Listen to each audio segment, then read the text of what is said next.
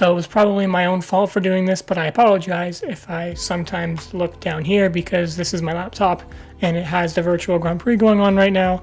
Probably my own fault for deciding to record this video while this race is happening, but what can you do? I mean, go Jimmy though. You're currently in 15th, so I mean, probably not going to do well, but good luck.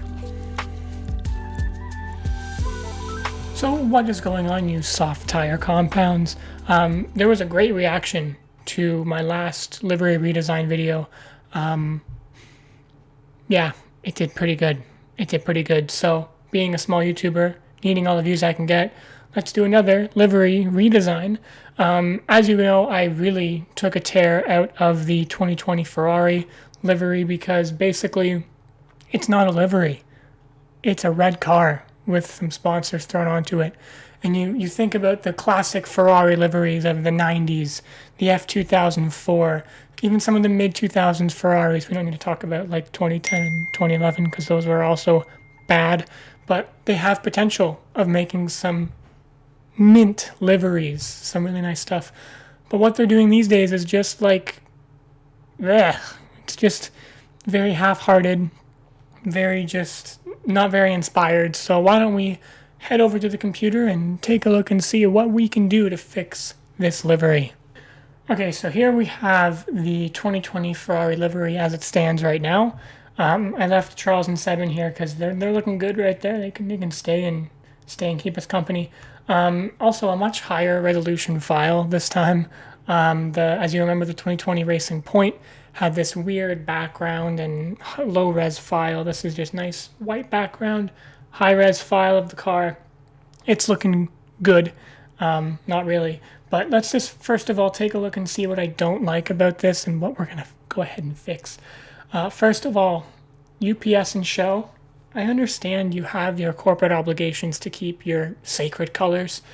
And I know you provide a lot to Ferrari logistically with UPS and through fuel compounds from Shell. And I get that you probably have the right to say you want to keep your colors, but it just makes the car look like a flying billboard. Like, come on, let us change the colors. They just stick out like a sore thumb, and we're going to fix those. Don't worry, we're going to go ahead and fix those. Ray-Ban, I don't have an issue with you. Your colors match the car.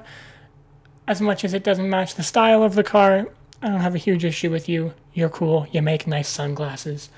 Moving on, this Mission Winnow logo, despite what Mission Winnow is, it's basically just a tiptoe around to do tobacco sponsorship, whatever.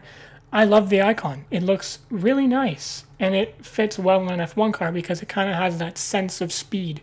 It's pointing towards where the car is going, and it gives the car a feeling of speed.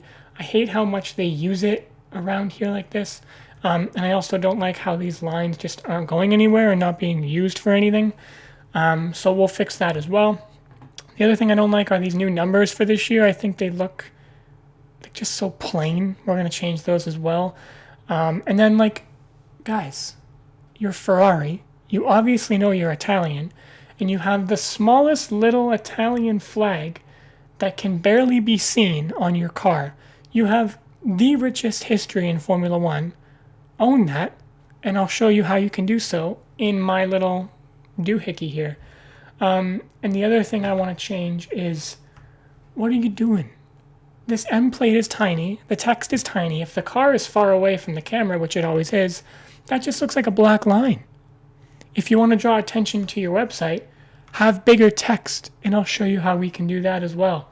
I'm all right with these sponsors down here just because they're smaller sponsors. They're tucked in this little black strip here.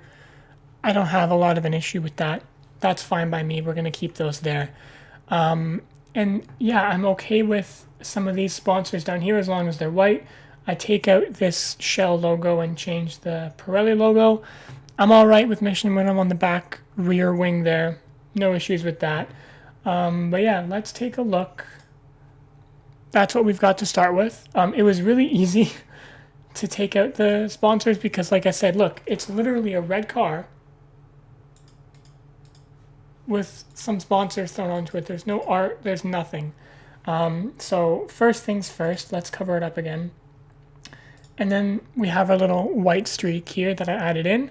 Yeah, it's some sort of artistic flow to the car, and you'll see here that the white line kind of flows into that as well. I can't tell if here there's a brake, like there's actually a body part there, so it's kind of the line going through. Don't worry. And yeah, so let's move on to the Italian flag. Plays nicely into the rest of the design of the car, draws a lot more attention to that Italian heritage. I think it looks pretty cool. Let me know what you guys think. One thing I might actually change is just giving this some definition here. Now that I think about it. Not working. All right, anyways. And then we have, moving into the sponsors, just to kind of complete this Mission Winnow logo. I think it looks pretty cool. You've got the black here kind of flowing into the black at the bottom of the car, and then the red flowing into the red of the rest of the car.